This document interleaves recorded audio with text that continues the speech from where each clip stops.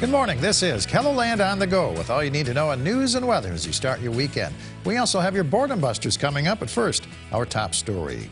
Voters in Sioux Falls can head to the polls today to vote absentee ahead of next week's city election.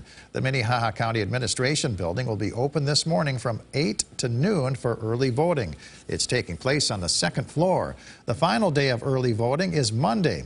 Election Day is on Tuesday with polls opening from 7 a.m. to 7 p.m. For information about the candidates and ballot questions, we've compiled a list of resources and interviews here on KELOLAND.com. People who live on the west side of Sioux Falls may see smoke in their neighborhood later today. Sioux Falls Fire Rescue is planning to conduct a prescribed burn on city-owned drainage property northeast of the intersection of South Wheatland Avenue and West Chesapeake Lane. The prescribed burn is scheduled to take place from 1 to 5 this afternoon. The future of a section of land in northeast Sioux Falls, just east of Interstate 229, is in dispute over a proposed construction project. The plan is to build a facility for harvesting and processing pork, but a group opposing the project has organized and sent a letter to the mayor and city council asking for a pause on the project. We think that the plant in this location is the wrong location for it, and it should be located outside of city limits. We're following all of the rules set by the federal and state government in regards to discharge. We've coordinated that process through professional engineers. Holstone Farms owns the land and says the pork plant would eventually employ 2,000 people in full-time positions. 50 people in South Dakota are waking up as new U.S. citizens this morning. They took part in a naturalization ceremony Friday in Sioux Falls. It's the first in-person ceremony of its kind since the start of the pandemic. Regardless of the hardships brought about by COVID-19, these new Americans are excited about becoming citizens. It feels amazing. I feel very honored and proud that I am an American citizen, which means like I can absolutely say that I live in America. The 50 new citizens come from 26 different countries. Let's get our first look at the forecast now with meteorologist Adam Rutt in the Storm Center. Good morning, Adam. Good morning, Perry, and good morning, everybody. A nice start to the day out there. Beautiful sunrises across KELOLAND, but it is a bit on the chilly side in a couple of areas, like in Sioux Falls, for example. Here's a view through downtown, 26, but again, a gorgeous view. Not much of a breeze to speak of, though, so we do have that working in our favor for now. 27 in Huron, 22 Brookings, 25 in Watertown, 27 Marshall and in Aberdeen, Yankton at 23, 32 in the capital, 31 toward Rapid City. And West River, we are dealing with a bit more of a breeze, predominantly out of the south and east. East River calm for the time being, and while we do have that breeze in place through the afternoon, it isn't going to be too bad. Some cloud cover out there this morning. We do have rain on the way tonight into Sunday, and then all eyes go to the middle of the week. We'll have updates on that and the rest of your 7-day forecast coming up. All right, thank you very much, Adam. Well, you can play bingo, enjoy craft beer for a good cause today. Minor Brewing Company and Prairie Berry Winery are hosting the event. It's free to play, but your donations will benefit the Bishop Dudley Hospitality House. Whomever we are giving the donations to, we like to have someone from the organization be our caller, so then throughout bingo they can keep talking about the organization and the benefits of what they do. The bingo goes from 12:30 until 2 p.m. It's a family-friendly event. The business hosts bingo monthly for local nonprofits and charities. The outdoor campus in Sioux Falls is hosting a fishing open house. Anglers of all ages are invited to fish at the outdoor campus pond from 1 to 3 p.m. They'll provide the gear and bait if you don't bring your own. No registration is required.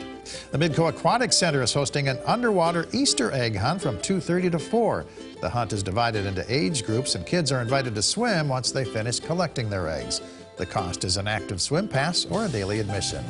The Experience Real Estate is hosting an Easter egg hunt and Easter bunny visit starting at 10 a.m. at the Journey Elementary School Park in Sioux Falls. Kids will have a chance to win the grand prize of a bicycle. Native American students at SDSU are hosting the 30th annual Wachipi at Frost Arena on the Brookings campus. The grand entries are at 1 and 7 p.m. Admission is $6, free for students with an ID. Lights Up Productions presents the play The Passion and the Cross at the Orpheum Theater in downtown Sioux Falls. The performance is at 7 p.m. Celebrate the upcoming racing season with a race party car show at the Red Rock Bar and Grill in Rowena. You can check out the race cars on display from 1 to 4 p.m. Adam?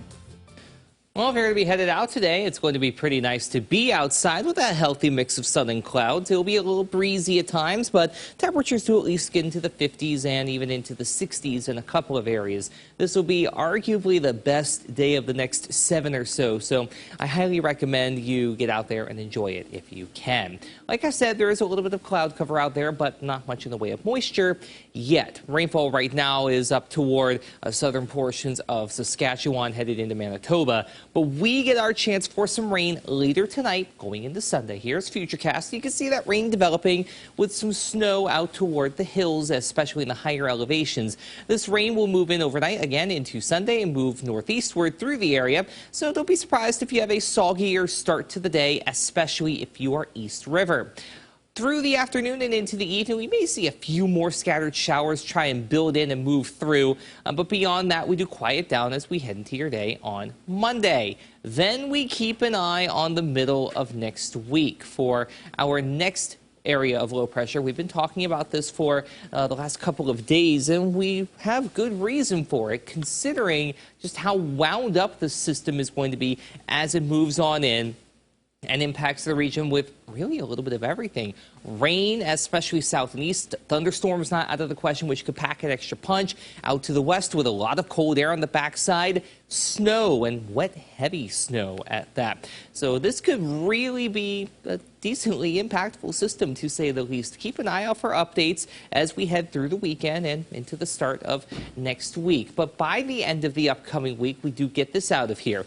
Cooler temperatures, though, not so much. Through and beyond Easter weekend, we have higher probabilities for below average temperatures to stick around. And keep in mind, average will be in the mid to upper 50s, and especially through Easter weekend, we could see highs maybe 15 or so degrees below average. Highs today near to above average in the 50s and 60s, with overnight lows predominantly in the 30s, and that rain will develop overnight. Your 7-day forecast will have that chance for a few showers on Sunday into very early Monday. Then all eyes will go to that midweek outlook, which is subject to change. So keep that in mind as we go ahead in time. By the end of the week and into Easter weekend, we get rather chilly at times. Have a great day, everybody. For more on your local news, weather, and sports, you can always head on over to KELOLAND.com.